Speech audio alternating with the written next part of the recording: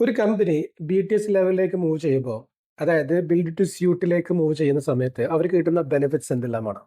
ഒരു 3 പ്രധാനപ്പെട്ട ബെനിഫിറ്റ്സ് ഞാൻ പറയാം. അതിൽ ഒന്നാമത്തെ പോയിന്റ് റെന്റൽ എക്സ്പെൻസ് ആണ്. റെന്റൽ എക്സ്പെൻസ് എന്ന് പറഞ്ഞു കഴിഞ്ഞാൽ വെയർഹൗസ് നമുക്ക് പെട്ടെന്ന് ഉണ്ടാക്കാൻ പറ്റുന്ന സംഗതിയല്ല. അപ്പം ഒരു വെയർഹൗസ് നോക്കുന്ന സമയത്ത് നിലവിൽ നമ്മൾ ആ ഏരിയയിൽ വെയർഹൗസ് അവൈലബിൾ ഉണ്ടോ എന്ന് നോക്കിയിട്ടാണ് നമ്മൾ റെന്റിലേക്ക് പോകുന്നത്. മേ ബി നിങ്ങൾക്ക് ഒരു 5000 സ്ക്വയർ ഫീറ്റിന്റെ റിക്വയർമെന്റ് ആയിരിക്കും ഉണ്ടാവുന്നത്. പക്ഷേ നിലവിലുള്ള വെയർഹൗസ് 6000 അല്ലെങ്കിൽ അതിൽ കൂടുതലോ ആയിരിക്കാം.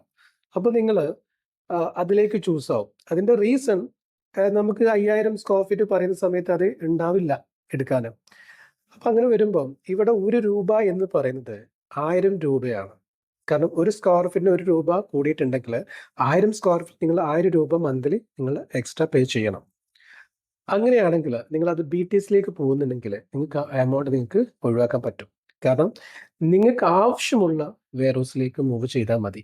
അത്രയും പണിതാൽ മതി. അപ്പൊ അതിനുള്ള റെന്റും നമുക്ക് കൊടുത്താൽ മതി.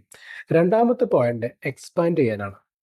ഇപ്പൊ നിങ്ങൾക്ക് ഉള്ള വെയർഹൗസ് ചൂസ് ചെയ്യുന്ന സമയത്ത് ചിലപ്പോൾ നമുക്ക് അതിന്റെ ബാക്കോട്ടോ അല്ലെങ്കിൽ അത് എക്സ്പാൻഡ് ചെയ്യാൻ സ്പേസ് ഉണ്ടാവണമെന്നില്ല.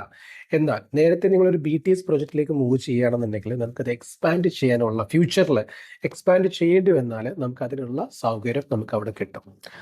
മൂന്നാമത്തെ പോയിന്റ് സ്പെക്കാണ്. നമുക്ക് ആവശ്യമുള്ള രീതിയിൽ നമുക്ക് പണിയാൻ പറ്റും. ഒരു ബേസിക് ക്രൈറ്റീരിയ വെച്ചിട്ട് ഫോർ എക്സാമ്പിൾ നമുക്ക് റൂഫിന്റെ ഹൈറ്റ് എത്ര കൊടുക്കണം, ഫ്ലോറിന്റെ ഹൈറ്റ് എത്ര കൊടുക്കണം, എത്ര ലോഡിംഗ് പേ നമുക്ക് വേണം. ഇങ്ങനെ നിങ്ങൾക്ക് ആവശ്യം നിങ്ങളുടെ ഓപ്പറേഷന് വളരെ സ്മൂത്ത് ആയിട്ട് കൊണ്ടുവരാൻ വേണ്ടിയിട്ട് വേണ്ട സ്പെക്കിൽ നമുക്ക് പണിയാൻ പറ്റും.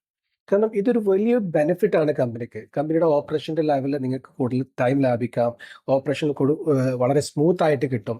ഇങ്ങനെയുള്ള ബെനിഫിറ്റ്സ് നമുക്ക് ഇതിൽ നിന്ന് കിട്ടും. അതുപോലെ എക്സ്പെൻസ് കട്ട് ചെയ്യാൻ പറ്റും, നമുക്ക് ഫ്യൂച്ചർ നമുക്ക് ഇതിനകത്ത് മീറ്റ് ചെയ്യാൻ പറ്റും.